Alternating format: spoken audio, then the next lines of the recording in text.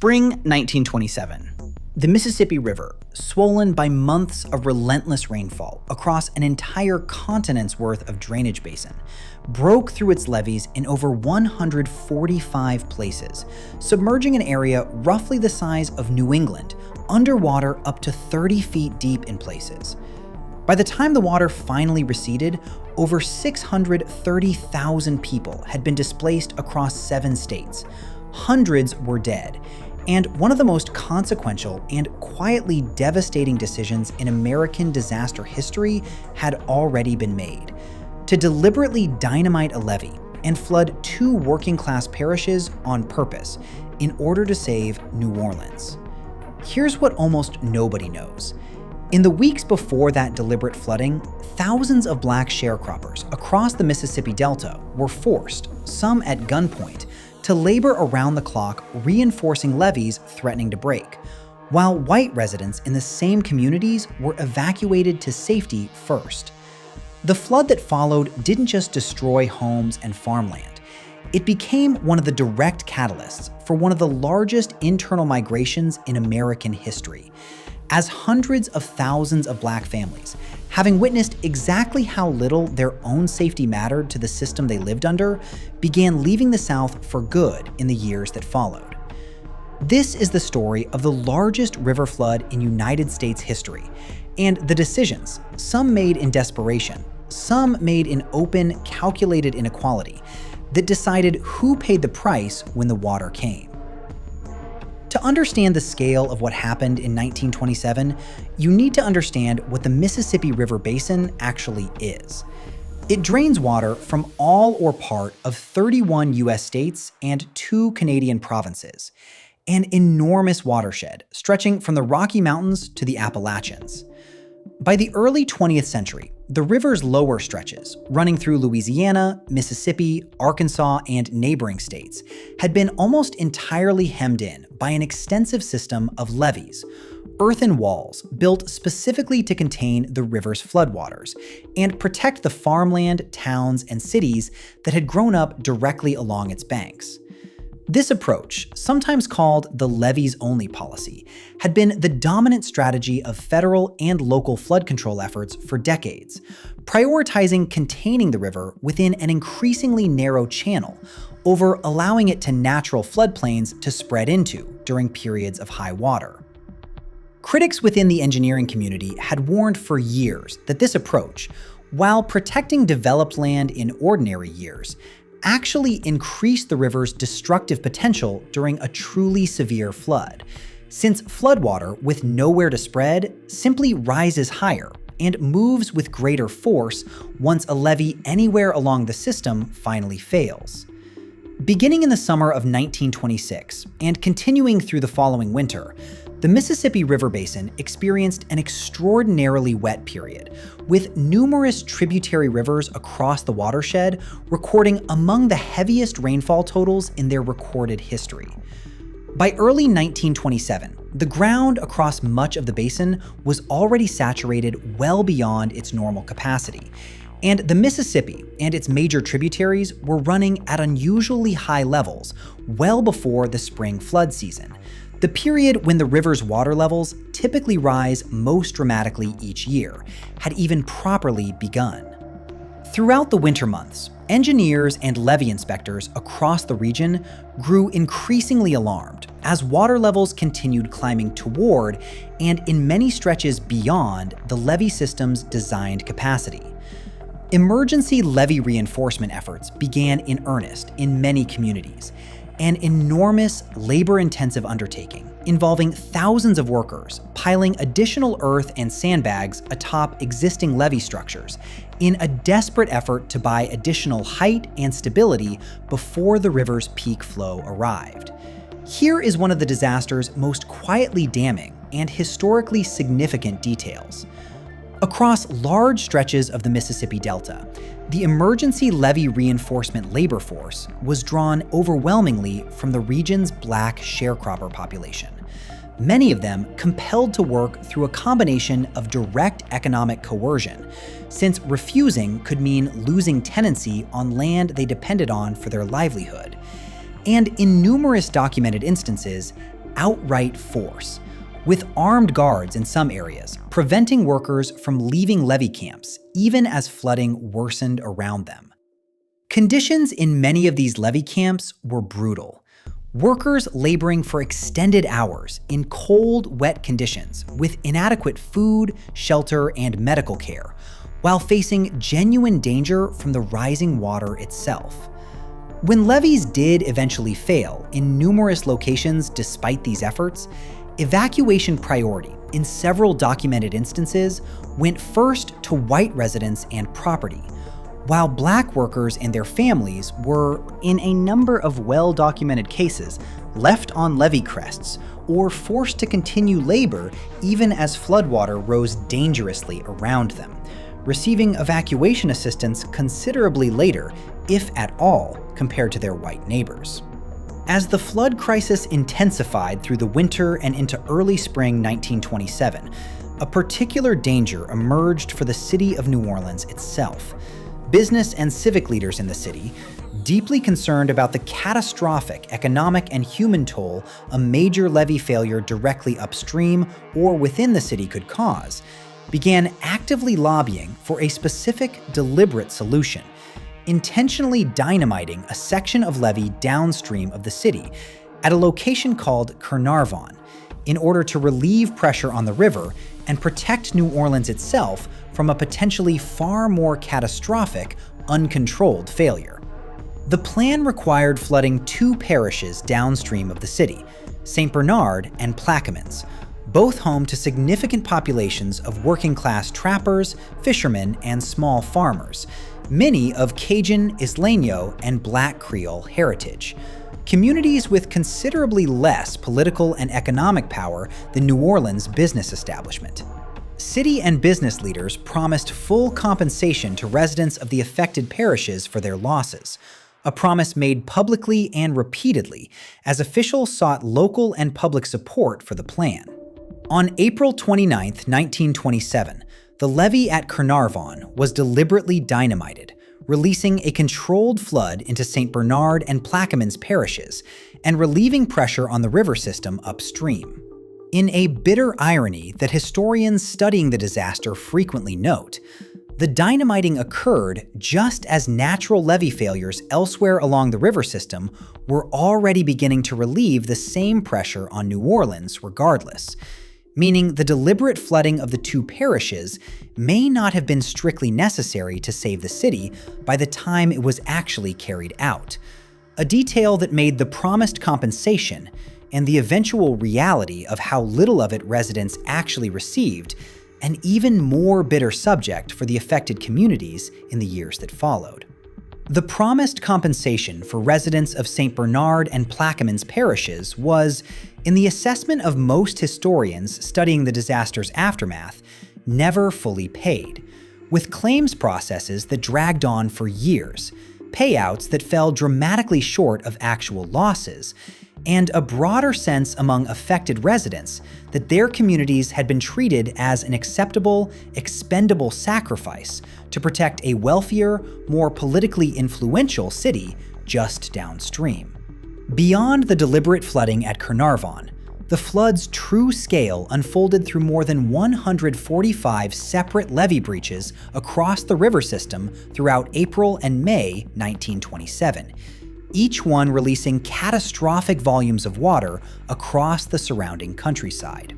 In the community of Mounds Landing, Mississippi, a single levee breach released a volume of water estimated at multiple times the flow rate of Niagara Falls, submerging an enormous stretch of the Mississippi Delta almost instantly, and killing an unknown but substantial number of the mostly black sharecropper workers who had been laboring on that exact section of levee when it finally gave way. Across the flood's full path, an estimated 27,000 square miles of land, an area larger than several entire states combined, was submerged underwater, reaching depths of up to 30 feet in the hardest hit locations. Roughly 637,000 people were displaced from their homes, with several hundred confirmed deaths. Though, as with several other disasters of this era affecting predominantly poor and black communities, Historians widely believe the true death toll, particularly among sharecropper and levee camp workers, whose deaths were often poorly documented or entirely unrecorded, was significantly higher than official figures ever captured.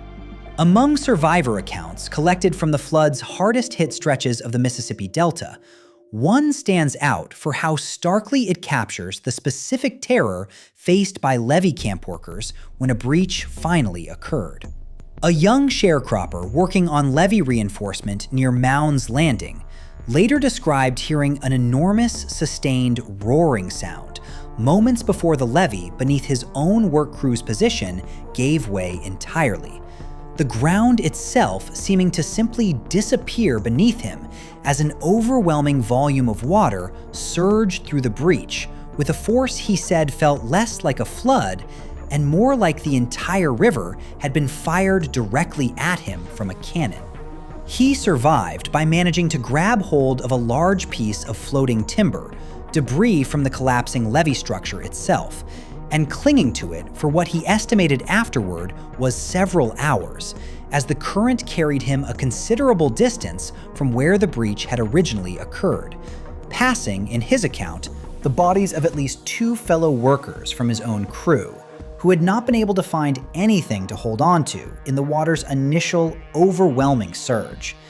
He was eventually able to reach higher ground by nightfall, but described spending the following days searching for other members of his work crew, several of whom, he later learned, were never definitively accounted for at all, a detail he attributed directly to how little formal record-keeping existed for the mostly black, forced labor workforce that had been assembled to reinforce that particular stretch of levee in the first place. A steamboat captain operating in the flooded Delta region is remembered for personally piloting rescue runs for nearly 2 continuous weeks, using his vessel to pull stranded families, most of them black sharecroppers stranded on rooftops and isolated high ground from the floodwaters, reportedly refusing payment for the rescues and continuing operations well past the point of his own physical exhaustion, credited by several later accounts with saving hundreds of lives across the course of the flood's worst weeks. A young black nurse working in one of the hastily assembled Red Cross relief camps established across the flooded region is remembered for treating patients with severely limited medical supplies, often improvising treatment methods for waterborne illness and exposure-related injuries that overwhelm the camp's inadequate official medical staffing, particularly within the camp's racially segregated sections, which historians studying the disaster's relief effort have documented as having received significantly fewer resources and medical attention than sections housing white refugees. Herbert Hoover, at the time serving as U.S. Secretary of Commerce, was placed in charge of coordinating the federal government's flood relief response, an effort that brought him substantial national attention and is widely credited by historians as a significant factor in his successful presidential campaign the following year. Hoover's relief effort, while organizationally significant and widely praised at the time, has also been extensively scrutinized by later historians for allowing, and in some documented instances directly overseeing, a relief system that provided meaningfully unequal treatment and resources to black refugees compared to white refugees across many of the camps under his broader authority, a contradiction between his public reputation as an effective humanitarian administrator and the documented reality of conditions within many of the camps he oversaw. When the water finally receded across the flood's full path, months after the initial levee breaches began, the disaster's toll stood at several hundred confirmed deaths, though the true figure, particularly accounting for undocumented deaths among sharecropper and levee labor communities, is widely believed by historians to have been considerably higher. Approximately 637,000 people were displaced from their homes across Arkansas, Illinois, Kentucky, Louisiana, Mississippi, Missouri, and Tennessee. An estimated 200,000 African Americans were left homeless, a population that made up a disproportionate share of the flood's total displaced residents, relative to the region's overall demographics. Total economic damage was estimated at the time at roughly $400 million, an enormous sum for 1927, equivalent to many billions of dollars today, though this figure notably undercounted the losses suffered by sharecropper families, who, as tenant farmers rather than landowners, often had no formal property to value in the first place, and consequently received little to no meaningful compensation, regardless of how severely their livelihoods had been destroyed. Perhaps the flood's most consequential long-term legacy lies not in its immediate death toll or property damage, but in its role accelerating one of the largest internal migrations in American history.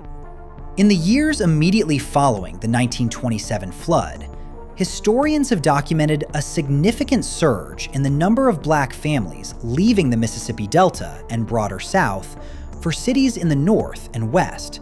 part of the broader Great Migration that had already been underway for over a decade,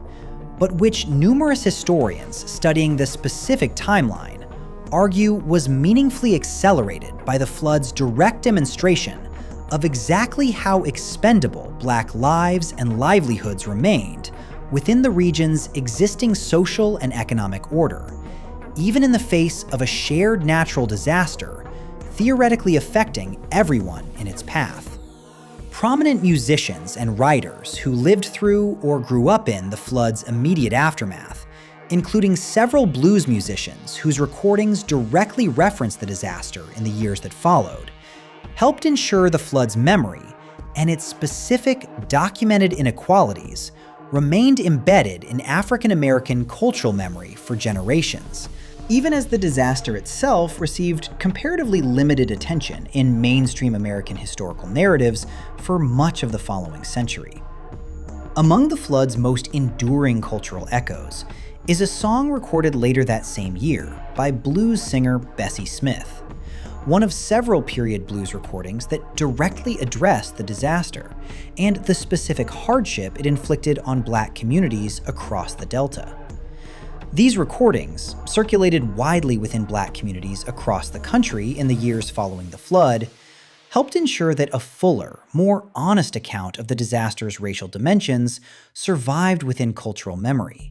even during decades when mainstream historical accounts of the flood largely omitted or minimized those same details.